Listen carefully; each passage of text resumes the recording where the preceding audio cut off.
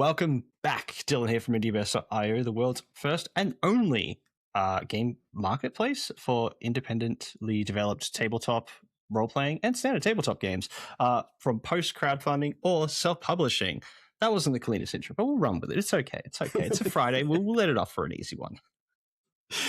Today, we are joined for this episode of Across the Indiverse by Ryan from Fake Name Games. How you doing today, buddy? Good yourself. Not too bad, not too bad. Aside from the fluffed intro, but look, we'll get past that. We'll get into it. So let's start with some pretty standard stuff. So tell us a little bit about yourself, what kind of games you've made, and just the journey with game creation you've done so far. The release games, I have two. I have Unstable Explosives, which is an anti-trick-taking party game where you pass sticks of dynamite around a table and try to blow up the least. Heavy emphasis on making deals and then backstabbing everyone else to get yourself out on top. And that was my first game. My second game is Warriors of Legend. It is a historically accurate dueling game where you take the role of a warrior from medieval times and basically fight to see who's the best, be it Viking or knight or berserker or. Okay. And the big hook with that one is it is completely historically accurate. Everything is actual moves, weapons, armor that they actually wore and used, and every single card was translated into period accurate terminology. Wow. So it's explain to me how that works. Like, what kind of game is it? So like it's a 1v1 dueling game where you have your warrior sits in front of you, and then the cards in your hand are the combat maneuvers he knows.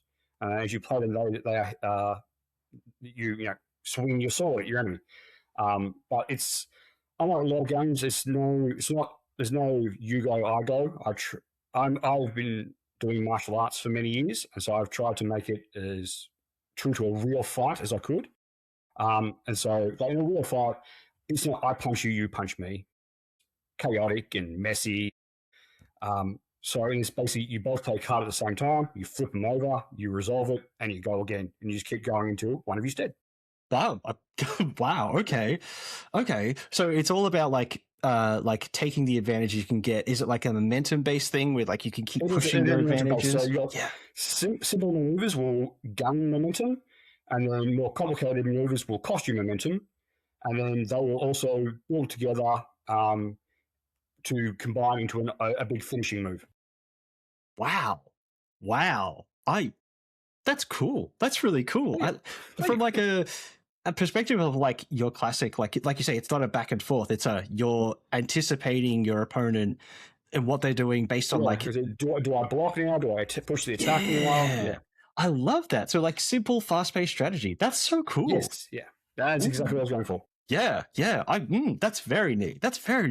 Especially that you've got like stuff from different genres. Like you've got, like you say, you've got like a Norse backing. You've got like classic English knight and swords. The base game came with 4 different warriors. There was a Norse berserker, a Catalan skirmisher. It's called an Almogavar. Yep. There was also was got a German Landsknecht, so basically a Holy Roman Empire knight. Yeah. And a Japanese samurai. Ooh, okay. And each one of those has 2 different weapon sets that you can choose from as well. That's cool. All right, great. Well, I mean, I already know a guy who might like this. Dragon, the Heavy Metal Game Master, if you're listening, buddy, which I hope you are, you should check that one out. He's got a phenomenal book series around like berserkers and like the Norse mythos from like a post-apocalyptic urban sort of semi-diesel punky kind of environment. Very cool. Interesting. Very like wholesomely masculine as well. Never had so many like manly tears like wanting to come out of my face at every other page. It was so I'll good. have to check that out.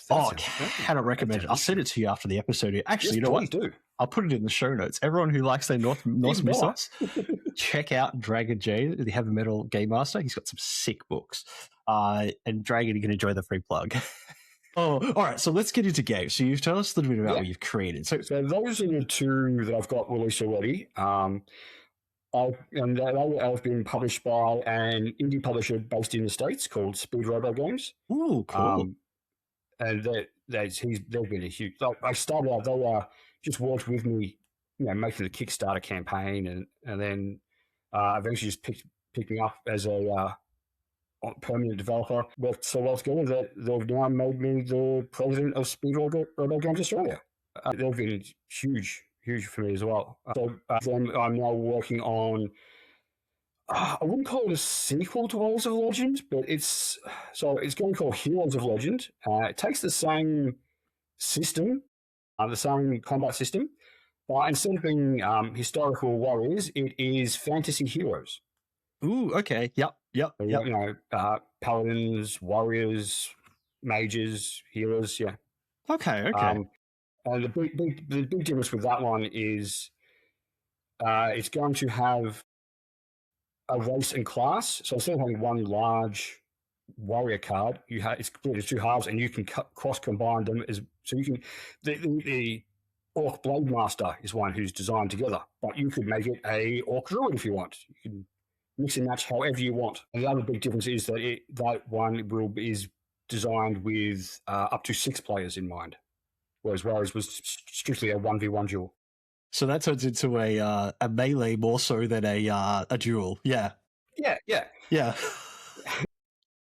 It's still designed. You can do 1v1 as well, but it's so the rules have been tweaked so that it's easily adaptable into 2v2, 3v3, whatever you want. Free for all mayhem, I can imagine, is also oh my god, that's cool.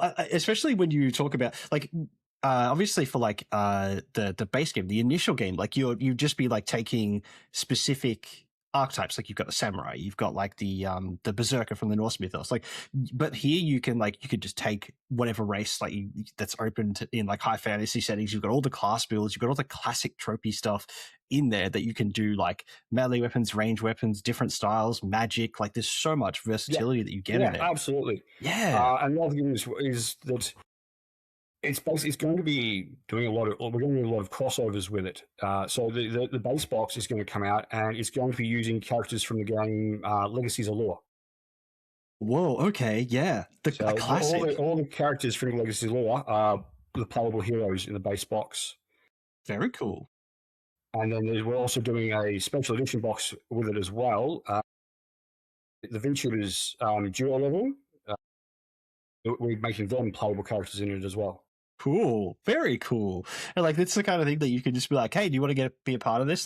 Collaborating with other creators out there and be hey, I've got your characters. You want them to do this disgusting, hopefully very bloody fun. The long-term goal is that we will cross over with games from multiple different genres, and you can just mix and match whatever you want. So you could have a Legacies of Lore hero with a steampunk class if you want, or that's cool. Just completely mix and match everything you want, however you want. That's the long-term goal. I really like that. And that's the sort of thing that I really enjoy about the smaller independent space. You build something that you can just keep. It's not like you're trying to be we're just going to keep putting things together to make your $1 million. You're just doing it because it's great and fun, and it's going to be such an interesting game. I could see it being bedlam at most tables when you've got more than 3 players, free for alling. That's got to be chaos incarnate. Yeah. I love it. That sounds so great. I already can. The thing is, and this is the thing I love. Another part of it that I love is I could see the friends that I would play this game with, and I know that they would love it and then hate it at the same time. I'm that's perfect. That's perfect. It's absolutely perfect. And that's exactly what I'm going for with all my games. Man, that was. We were just talking before about you watching the interview we did with Nora, which again exceptional. Nora, we can't wait to have you back. And that's one thing that she really liked to push forward is make something that you want to play. You can think of the friends that you're going to bring to the table, the kind of experience you want to have with them because you've played games with them before. That's the best part about game creation, from my understanding. Right. Yeah. I still pull out Unstable Explosives to play with my friends when we're having a board game night. It's a good, quick little short opener game to play before we play a long form game. Yep. What's your go-to long form game? This is one I've been wanting to ask for people who do long games. I don't have anyone. I like to. I have a bad habit of trawling through Kickstarter and ordering games and then never getting time to play them. Yep. Been there many times. I've had for a little while now, which I still haven't. I want to get around to playing is the Final Fantasy game remake. Oh, yeah. I've heard it's a doozy. I've heard it's real good. I've looked through it and it looks so good. I got to find the time to actually get around to playing it. Yeah, like I can make and I can spend all the money on all the games, but finding time to play them, it's the worst. It's fun time for everyone else as well. Oh yeah, the scheduling boss is the worst boss of any game you'll ever play. Yeah exactly. Oh yeah. Oh look, it gets to it. Look, I'm a TTRPG player, so look, I understand as well as much. Yeah, like Oh yeah. I've been a DM for 25 years. Oh, whoa! I think I've reeled up to 15 years myself. Like, yeah, it's like wrangling cats sometimes. Sorry, my players. Yes. I love you guys. Yes, exactly. Oh dear. So, all right. Well, let's get into some more. I want to jump into some more of this stuff. You've already picked out two real things that I really love to jump into. So, you mentioned you're working with a publishing house. How did that come about? So I actually, Ryden, who is the president of Speedwater Games, I randomly met him while playing a different person from TGJ, Lachlan, who makes Wartide. Yep. Good guy. We were playing Wartide, and I randomly met Ryden while playing Wartide. And we just started talking, and then I mentioned to him that the stuff I was working on, and then from there he helped me create the Kickstarter for Warriors of Legend.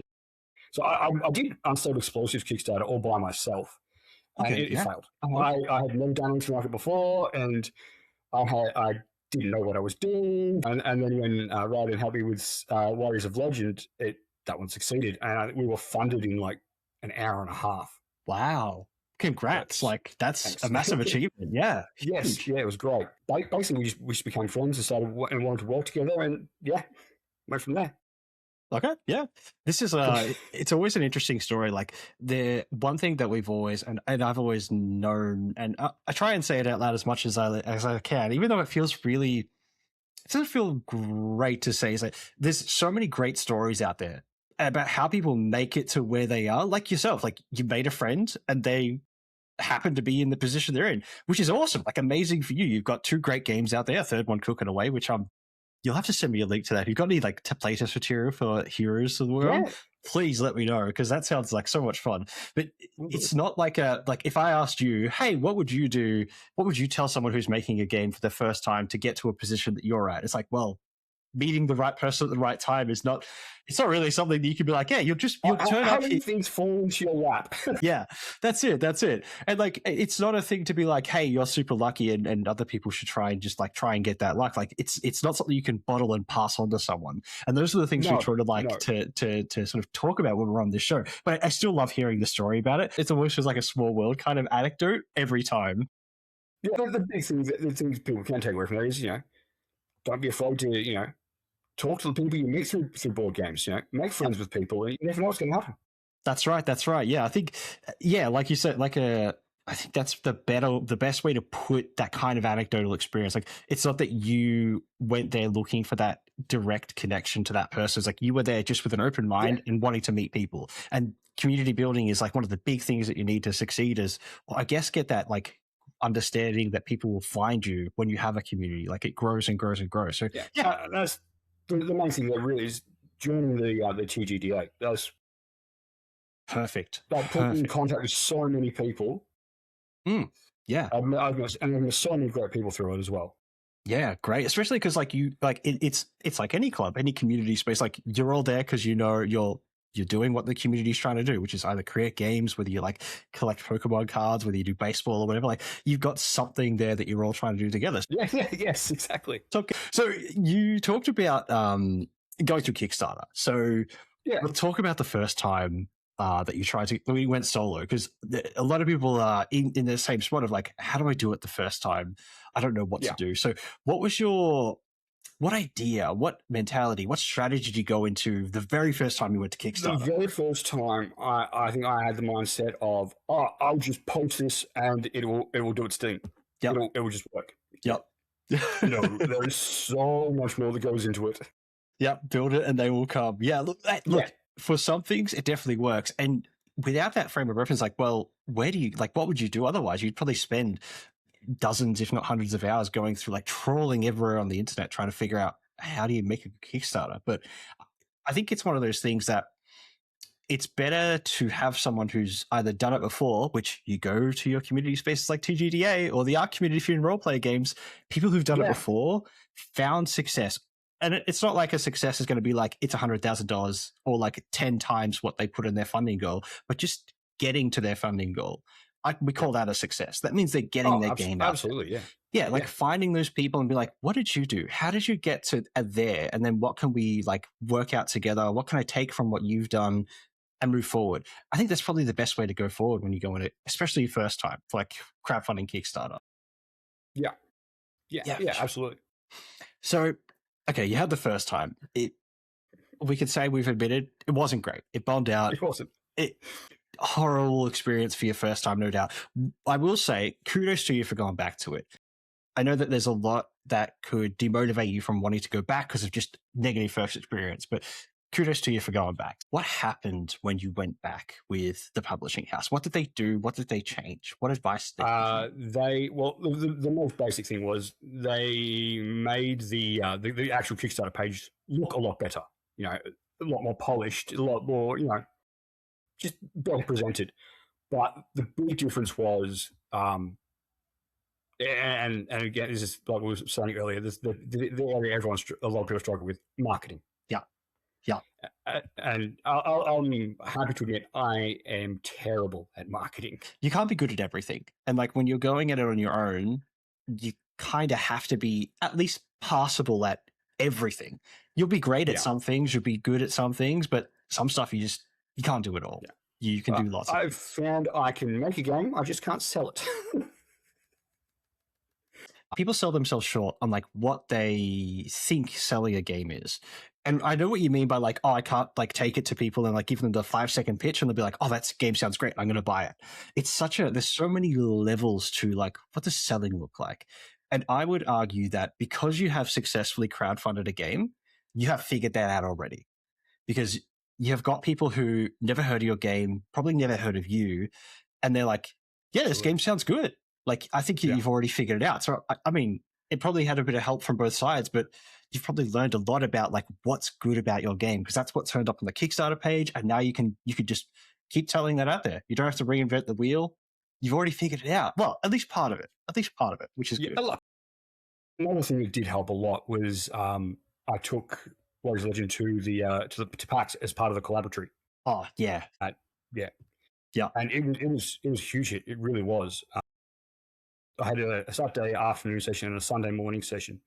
The Saturday afternoon session ended at 6 o'clock. At 9 o'clock, I still had people wanting to play. Look, if that's not the equivalent of viral marketing in person, like nothing is. Nothing is. They probably have like enforcers trying to keep people out. I had a couple of friends, out hovering around, spooking people, drawing people to them as well. That definitely helped. They're marketers, mate. They're influencers. Exactly. You take them. They're part of that marketing. I could just sit at the table and just teach people how to play. Yep. Those are probably friends you either made through gaming or through like TGDA, because I know that they have a massive presence at PAX every year, which is awesome. It is, yeah. I spent a few years volunteering at the booth there, just helping out, and it's so much fun. I'm just excited to like be a part of something there when it comes to like the games that are being created. We'll probably get a DevCon as well. I'm so just excited to try out all the new games. I met so many great people there last year. Shout outs to Harry and Fantasy Mapmaker, buddy. Super excited to give that game more of a go when I get a chance. A few years ago, I was a regular with the TGDA online playtest. I was there every single night because I put the kids to bed and then I jump on and play games. But as they've gotten older, their bedtime's gotten later. I don't get to... Yep. Oh, I've been trying to join it. I've played actually a couple of, just some cool games. And I'm hoping to see like it's not even like, oh, I want to see them done. I just can't wait to see, like, after the feedback, the play tests, where development moves to. Like, I love seeing the things moving forward. Oh, yeah. There's just so many games I'm excited to see more of. I always love it. You know, you'd play a game with someone, you give them some feedback, and then you play it again a few weeks later, and they've actually taken your feedback on board. That's always great. Yeah. Oh, yeah. And like, even though we don't do it for like the, oh man, they took my advice, I must be the greatest advice giver ever. But no, it's just like, oh wait, someone else, like sometimes you're like, am I insane for thinking this? But no, it's been great. And like the amount of times, it's probably happened about 3 or 4 times now. We're like, hey, thanks for that playtest advice. I've actually run it and checked it out, and we're going to implement like what you suggested, or like a variant, or like a little bit of. I'm like, oh, that just makes me feel a little bit special now. It all comes through. And that's that collaboration, working together. Collaboration doesn't necessarily mean like going on the Kickstarter campaign together. It's playtesting, helping each other out. Like that's the core of like the TGDA, Australian Role Play community, any community space that comes across playing games or even developing them. It's amazing. Yeah. So join your locals, guys. Go find them if you don't know where they are. Social media is great for finding them. That's one of the things that I think we do at Speed Robot Games as well is, if you have a game, you're struggling in any aspect, we'll sit down, we'll talk you through it. We'll tell you what you should be doing with the Kickstarter.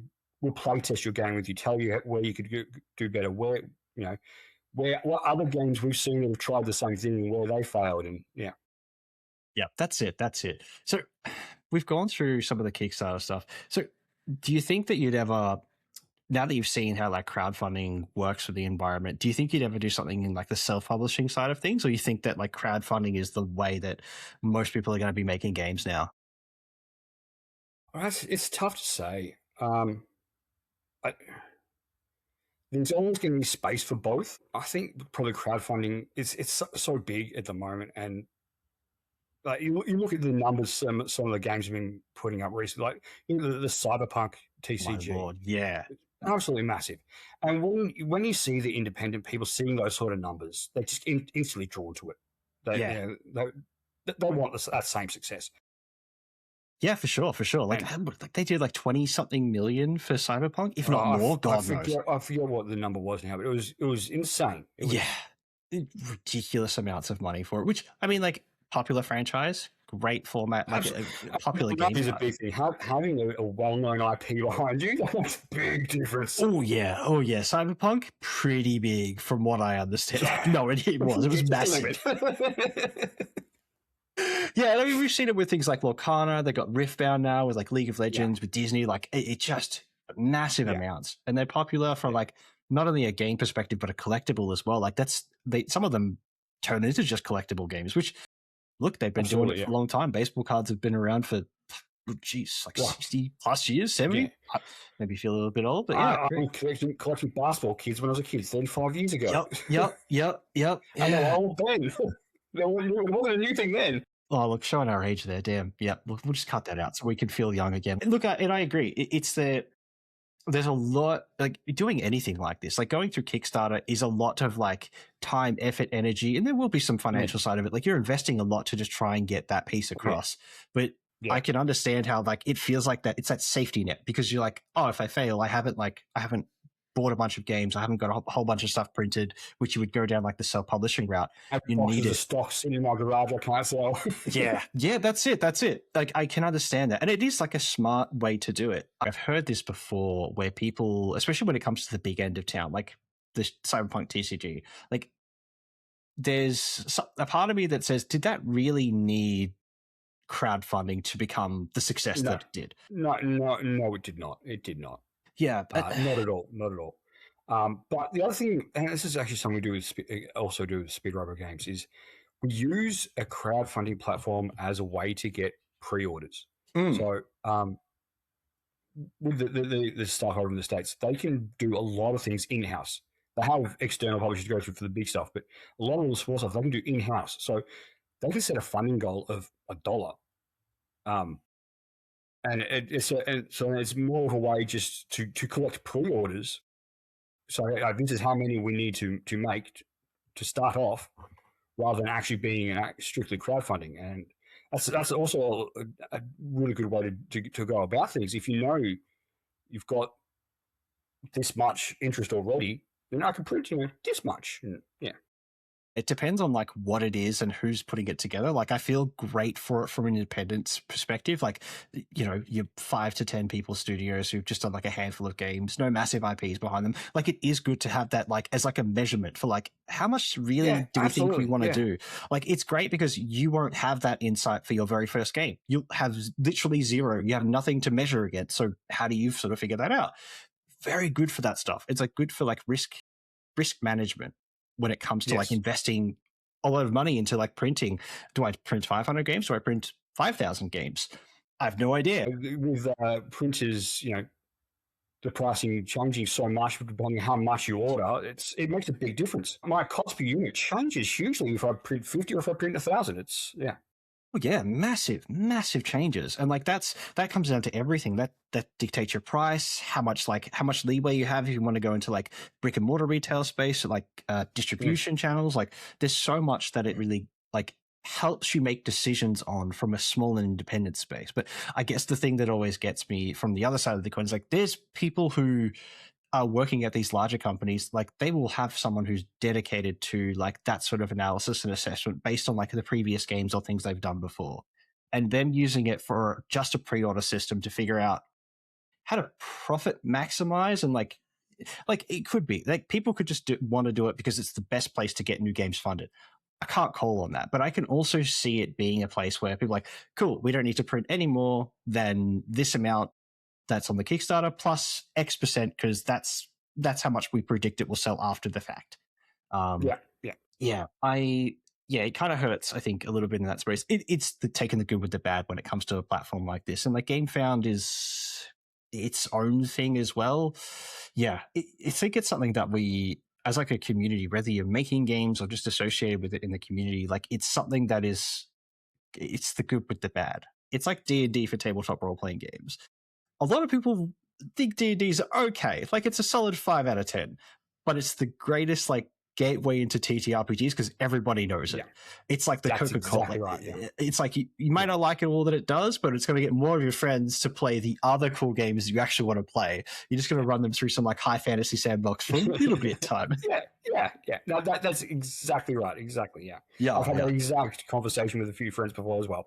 So, okay, that's crowdfunding, that's Kickstarting. We could honestly, like, I feel like any designer or a person I've brought on, I could talk to them for probably like 4 hours just on like the minutiae of crowdfunding and Kickstarting, but we'll keep going. You've worked inside of like the crowdfunding space. How's it like after that? How's the retail space been for you guys with the both games just going out there after the boon of Kickstarter?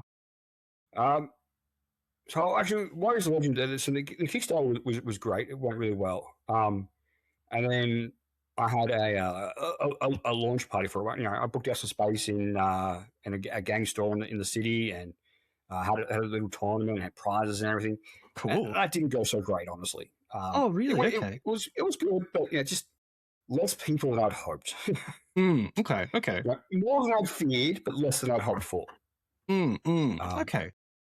But so then I went around. I actually went out. I went to a bunch of different game stores, and got my stuff put on the shelf. And that's one thing I recommend people try if they're ever unsure. Talk to a game store, see if they'll take it on consignment, because that's exactly what I did. None of the game stores were wanting to take me on blindly. This is who are you? What have you done? Why should we take that risk? Yeah. But when you do it on consignment, the risk's not there for them. It's just taking up a small amount of space on the shelf. That's the only risk in that point. And so it's something I always recommend if people are having trouble getting into game stores. If someone taking it on consignment, can't hurt. Worst case scenario, they don't sell your game, you take it back and you take it somewhere else. Yeah. I think the only time there could be any sort of like negative as well as if you have to pay to ship it to somewhere. But if you go into the locals that you can get to yourself, like you go drop it off, you go pick it up. Yeah, definitely a great way to get just visibility. And just like people to see it out there. You talk about like taking on risk and not just like, oh, it's a financial risk. Obviously it has to sit on their shelf and whatnot. And like shelf space is like equivalent to like them needing to make money off that. But like, there's a whole bunch of math that goes into it that I don't want to break down. I probably don't understand half of it as well. It's like well above me, but it takes their inventory spacing and whatnot. But if you're like taking that space away with consignment, it's nicer. When they take the game from you on consignment, what do they ask from you? Like, do they ask for like sales pitch pieces? Do they ask for like any? What else do they ask for? I would provide them, obviously, with copies of the game. Obviously, that's the bare minimum, yeah. But I would also provide them with sell sheets, so that if people ask about them, they would have the information on hand. They could talk about it. I would also, as another thing actually that Rowan at Speed Radio did for me was he made up a bunch of like a kit. So posters and display boxes and just things to give to the store and that they could to help promote it. Display stuff, just stuff to like make it pop on the shelf as well. Because yeah, exactly. Yeah, okay, I like that. And how did it go? Like, did you guys see many sales coming through that the stores that you went through? How did that sort of like happen over the years that you've had it there? So it's I've seen more sales online than through actual stores. Yeah, it wasn't bad. Okay, yeah, but it's sitting in that nice middle ground. It's not a failure, it's not a success. We just go like, yeah, it was possible. It's possible. Okay, yeah. Okay, yeah. I definitely covered all costs and then some. Well, I'd say that's just chipping over to the success side of things. But it's not making me rich by any means, not by a long shot. Yeah. But I'm not out of pocket, so. Okay, well, look, if that's like the bare minimum you need to say, hey, look, this hasn't been like a failure, a risk, or like something that I'm like, oh man, that's really hurt me. Like, cool, covered costs. Yeah. We call that like at bare minimum. I call it neutral. Yeah. I've covered costs. I've got a little bit extra which I can use. Well, another thing actually with Rose Legend, because the Unsold Explosives Kickstarter failed, it didn't get done. But because the Rose Legend Kickstarter did so well, I was able to use some of the excess money to get a print run of Unsold Explosives happening. Fantastic. And now, since then, Unsold Explosives is a bigger seller than Rose Legend. I thought Rose Legend would be the bigger of the two, but no, Unstable Explosives has been the one that's sold a lot more. Just from being like a party game and the theming of it, I'm like, I could see how that happened. Like passing stick of dynamite around, like as a quick snappy game, like that's going to have, it's the take that of like it's going to be cursing around the table of like, oh my God, like the same level of like Uno where you're like, you see that draw 2 or draw 4 come out and like someone's having a mean look across the table. Yeah. Oh, that's good. So it's also Unsold Explosives. It's a lot more light-hearted games. All the 6 Dynamite I've personalized. They've got their own little funny faces and little fire text on them. Yeah. It's got more of my personality in it. Whereas Warriors of Legends, it's more of my nerdiness. all the research that went into making it. Yeah, are you a historical buff in a capacity? I would say quite a capacity if you're willing to go down the medieval, or is it more than martial arts? Like warfare, yes. Look, a big part of like what's covered in like popular media, games of many varieties. Like it's something very well documented as well. It's something I'm scared to really go down and like take the rabbit hole with because I feel like it'll consume all of my reading life when I have a lot of TTRPGs to read and stuff to do, especially with the novels as well. Like we were talking about before, like I need to do a lot of reading. You talked like the physical brick and mortar space getting overshadowed by the online space. Aside from like the obvious thing of like geographic limitations of a brick and mortar store, is there? Where are you selling the games? The publisher's website, your own website? How's it getting the visibility? It was my own website at first. And then when I got picked up by the publisher, then I moved it all straight to their website. And they obviously have other games as well that they put through. They're not just your two? Absolutely, yeah. They are a indie game publisher. There's no no Magic the Gatherings or or Digimon or Yu-Gi-Oh! It's but there's some but through them like with through the TGA, I've been able to meet a bunch of people who've made some amazing games and they're based in the States. There's a lot of people based out of America that I might not have found out about their games otherwise because again, like I said, geographic limitation there. There's between 4,500 and 5,500 games successfully funded in crowdfunding every year. Actually, I think that might just be Kickstarter itself. I'd have to double check that. Citations and like data needed. I don't remember now. I did actually look at that not long ago. Now I can't remember off the top of my head. It's an absurd amount of games, and like how do you like what 5,500 divided by the 365 days a year? So you want to clear out like a bunch of games a day if you want to keep up with everything that gets out there. Like impossible, man, impossible.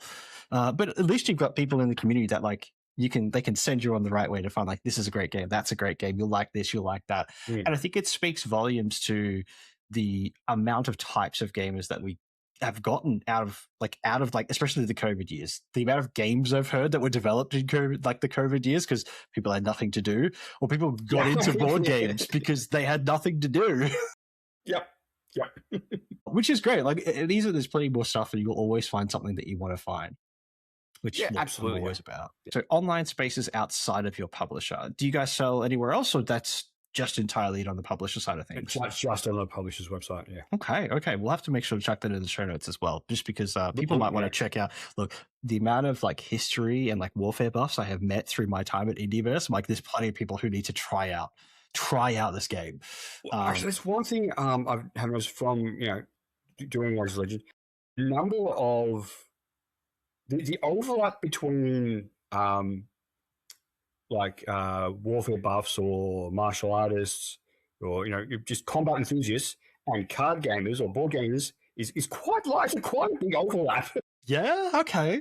Yeah. Look, I have to admit, I have noticed that quite a bit. The history buffs, like I met a bunch of people who do like historical reenactments, people who do like my friend who writes the Norse Mythos books. I don't know if he still does, but he used to be involved in like the Viking reenactment, like their group that they get together and they go out and they do a whole bunch of the traditional ceremonies, traditions, all that sort of stuff. And he's been, great, and he's a massive nerd board gamer. Sorry, Dragon, but it's true, Yeah.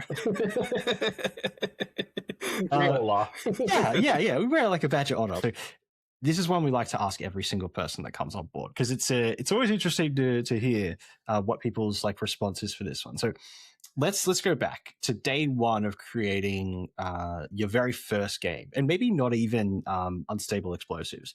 Very first time you decided, I want to make games. I just want to make games. That was a very, very long time ago when I was just a wee lad. Yeah. My father taught me how to program in Quick Basic. So the first thing I did, of course, was create a archery game. Fantastic. Oh, it's fantastic. So think back to that very first time you made a game. And like, it doesn't, like I said, it doesn't have to be a tabletop game, because that's obviously a video game. If you could take one lesson that you've learned in your entire life journey to today and just pluck that lesson out and plant it in young self, making an archery game on Quick Basic, what would it be? That's a good question. It's a toughie. It is. Oh, it is. That's I think it's not so much a lesson. Just what I want, and all I want is just people have fun playing my games, and that's the best reward. The money. I don't care about the money. I don't care if my games don't sell. Watching someone having fun playing something that I've made, that's the best reward.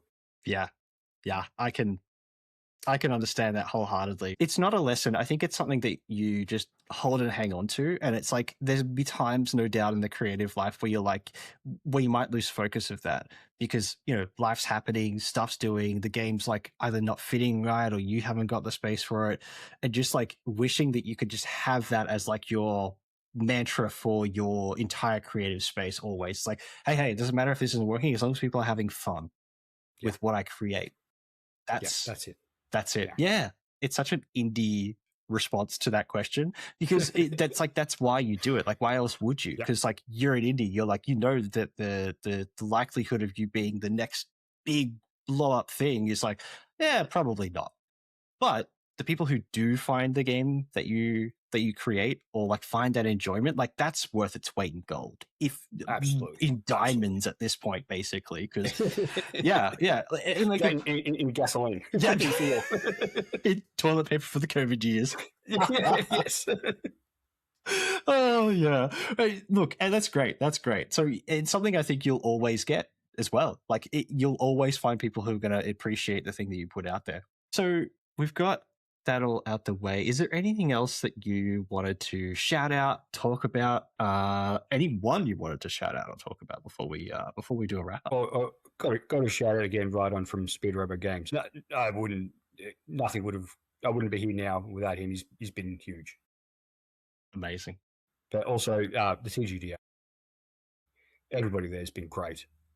Been hurt. Like when I was first starting, I've been making games all my life, and then COVID comes along, and I'm like, I've been wanting to do it, to actually release some games the whole time, and never did. And then COVID comes along, and I'm like, oh, if I don't do it now, when am I going to do it?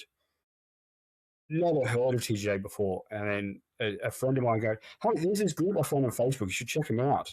Joining that group, it's one of the best things I've done. Yeah, we cannot recommend it enough. And if anyone doesn't if people are, we all know you're watching this on the second monitor, people at home, we know you're listening, or your second monitor. No one wants to look at us the whole time.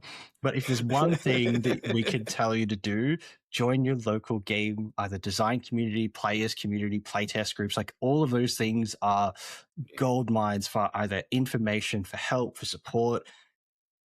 Do it. Just do it. In person or online. The TGA has the online playtesting. You got Incubator has the Melbourne and Brisbane in-person playtesting. Yep. There'll be one near you somewhere. Yeah, that's right. Even if they're not near you, like I said, online's always a space, and you can connect exactly literally anybody who's got an internet connection, which is a lot of the world these days. So yeah, do it. Exactly. Find your other game creators. They are amazing people, every single one of them. Yeah. And go to your local cons too. Yeah, I took my games to PAX. I've also been to a bunch of the smaller cons as well, and you meet some great people there. Yeah, absolutely. We have a couple of bigger project pieces coming through with some people we've met at these conventions as well that have they've just made their first game, and like you've never heard of them. They're like, oh yeah, no, I've been in this industry for this long, and I have this big of a community behind it. I'm like, where, how do you people exist? And like we never find you. But yeah, small events like Tabletop.com, big shout outs, CanCon, massive shout outs for that one. Conquest down here in Melbourne, cannot speak them enough. They are amazing, absolutely amazing. Yeah, absolutely. All right. So where can people find you? Are you doing your own stuff on socials, or like keeping it like demos, what's happening with development works anywhere? I don't do a lot on socials because I'm just really bad at it. I forget to post things. Yep. But all my games can be found at speedrobogames.com. I've also got fakename.games is my website, which you can find all my information about my games there. And that will link to the Speed Robo store page also. There's also, I've got a Fake Name Games Discord, which I don't post in anywhere near as often as I should. Look, you already admitted that you're not very good at keeping up with it, so it's okay. It's all right. Everyone's going to forgive you for that one. But yeah, there's also also post quite a bit on the Tabletop Aces Discord server as well. Again, not as much as I should. It's every little bit that you can, and that's what counts. At least you're doing something with it, and like, hey, every little bit helps. Every little bit helps. Yeah. Amazing. Does, Amazing. Well, I think that's it. I think that's a wrap. It's been amazing chatting. You too. I always wish there was more time to chat with people, because like there's just never enough time to go through it all. But look, if our paths wants to hear us never on for any longer. Yeah. Look, our paths cross again, and we do this again. I'm always happy to have a chat, especially when we got new games coming out. We do like crowdfunding style interviews where we try and help just get more people to see it there. So maybe we'll do that for Hero of the Realms. Yeah, that would be awesome. Yeah, that'd be great. Oh, especially we can probably show off some more stuff and like get us excited about some of the cross characters that you guys are working on. That'd be so much fun. Yeah, sick. Oh well, thank you so much again for joining me, Ryan, at Fake Name Games. we will see you again soon. No doubt we'll see you at PAX anyway, if you're going to be there this year. Yeah, yes, amazing. I'll be at PAX. The plan is to be helping with Lachlan in the Wartide booth. Ooh, heck yeah. I have to come by and see it. So, big plug to Lachlan and Wartide right now. I love the lore of his game. He's done so much. It's there. The world building he's done is incredible. Well, no, shout outs to Wartide, guys. If you want to get into sort of collectible card games, decent battling game, like, yeah, it's the way to go from what I've seen. Again, that's one of those games this year. I'm going to write it down right now and be like, I'll go and try it again this year. And we'll come find me at PAX and I'll teach you how to play it. Fantastic. It's a date. We'll do it. Sweet. Well, that's it for today. I've been Dylan, a representative co-founder of Indiverse.io, the world's only marketplace where you can find independently designed, Kickstarter, crowdfunding games, or even self-published, even though it's a lot less because crowdfunding is amazing for grading games. If you want to go check out, greatest games, come check it out. We support a whole bunch of new designs. I think we're cracking up to 60 now. Got over 100 unique products, all stuff that's come out of, look, let's admittedly say most of COVID games, but some well before that as well. So yeah, you can check that all out at Indiverse.io. Check out the other interviews we've done. If you want TTRPG reviews, you can find them down below. But that's all we've got for today. Bye. We'll see you next time. See you, everyone.